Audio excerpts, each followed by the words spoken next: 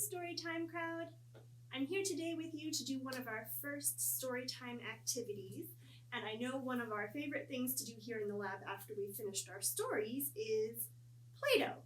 So Miss Eileen has kindly sent me her Play-Doh recipe, and today we are going to mix some up ourselves. I'll also post the recipe down below, and we'll link it on the website as well. So let's get started. The first thing you need to do is make sure, one, you have an adult who can help you because we are going to have to use the stovetop and things will get a little hot. So we're going to start with 2 cups of flour. I've got 2 cups of all-purpose flour here. And 1 cup of salt. This is just regular table salt. And you can see I'm pouring it into a kind of medium-sized frying pan. And then the last thing you need is cream of tartar. Cream of tartar is what's going to preserve it a little bit longer. So when you put it in the refrigerator, you can keep this for more than a couple days. We usually keep it for a couple of weeks when we're keeping it here for story time. So I'm pouring 2 tablespoons of cream of tartar in, roughly, until I'm not carefully measuring right now. And that is all of our dry ingredients.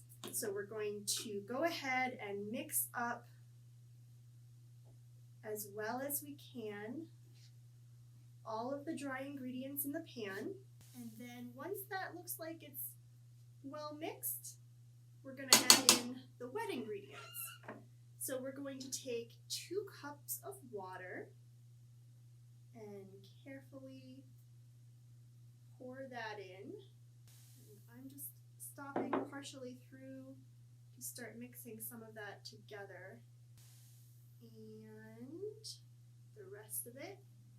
We're also going to need 2 tablespoons of oil. So get my tablespoon back.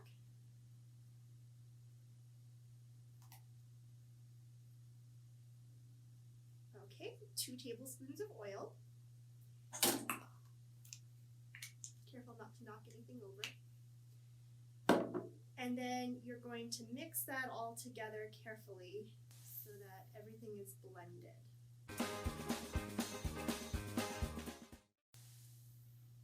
Okay, now that things are pretty much blended together, I'm going to turn on the stove top to medium heat, and I'm going to stir constantly so that it doesn't burn. So medium heat is what you want. You want to make sure that you have everything scraped off the bottom too. And we're just going to keep stirring this until it starts to come together and form a ball. I really have to be careful to keep mixing because I don't want it to burn. Nice, look at that. Now we've got a nice paste. We could use this as glue. Be really careful at this stage not to accidentally splash it and get it on yourself because this is going to be hot, parents.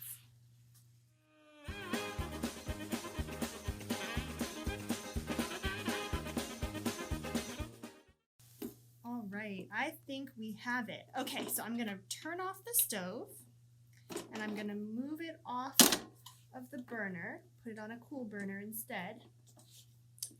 And I am going to take a bowl and transfer this ball of Play-Doh into a bowl. Okay, so now we need to let it cool down a little bit before we add any food coloring. We're going to have to knead it next, and we don't want to put our hands in it just yet because it is too hot to touch. So let's just set that aside for a little while to cool down, and we'll come back in just a little bit. Okay, so we've waited a couple of minutes, and it is now warm but not hot, so I can touch it. So what I'm going to do, I've split the dough into 2 different pieces because I want 2 different colors. You could split this into more, or you could just do 1 batch of all solid colors. So I'm going to knead it, and this is just to try to get any lumps out.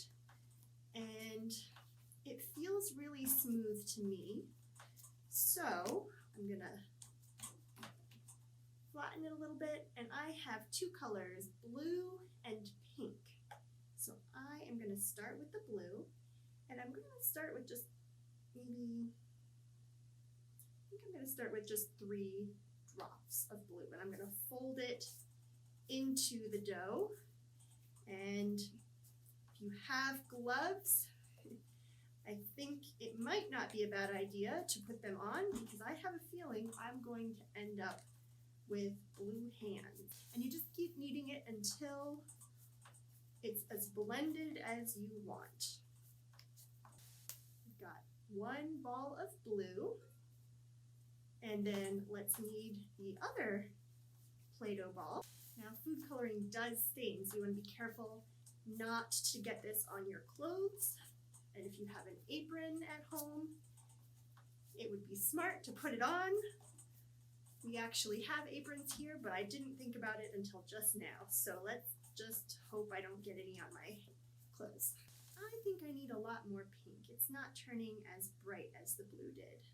Wow, there's a really big difference between the blue and the pink. The blue, we only needed 3 drops, but the pink is drinking up the whole bottle of food coloring.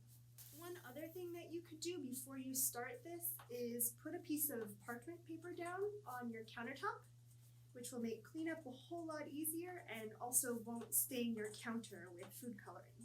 Next time you come in the lab, you may notice that there are pink spots on the table. That's Miss Andrea's fault. You know what I always like to have in the lab, and if you don't have it at home, you can survive without this. You may prefer to survive without it, but I have a bag of glitter here. So I'm just gonna sprinkle the glitter on, and I really wanted unicorn Play-Doh. So unicorn Play-Doh has to have sparkles, right? And that's all there is to it. You can store these in plastic Ziploc bags or in saran wrap or Tupperware in your refrigerator, and they should last a couple of weeks. And it's super easy to mix up, pretty quick, and not too hard to clean up. So happy Storytime Play-Doh! And if you are interested in making it and you don't want to watch the whole video, you won't have made it this far, but go ahead and follow the recipe at the link in the bottom. Bye! Until next time!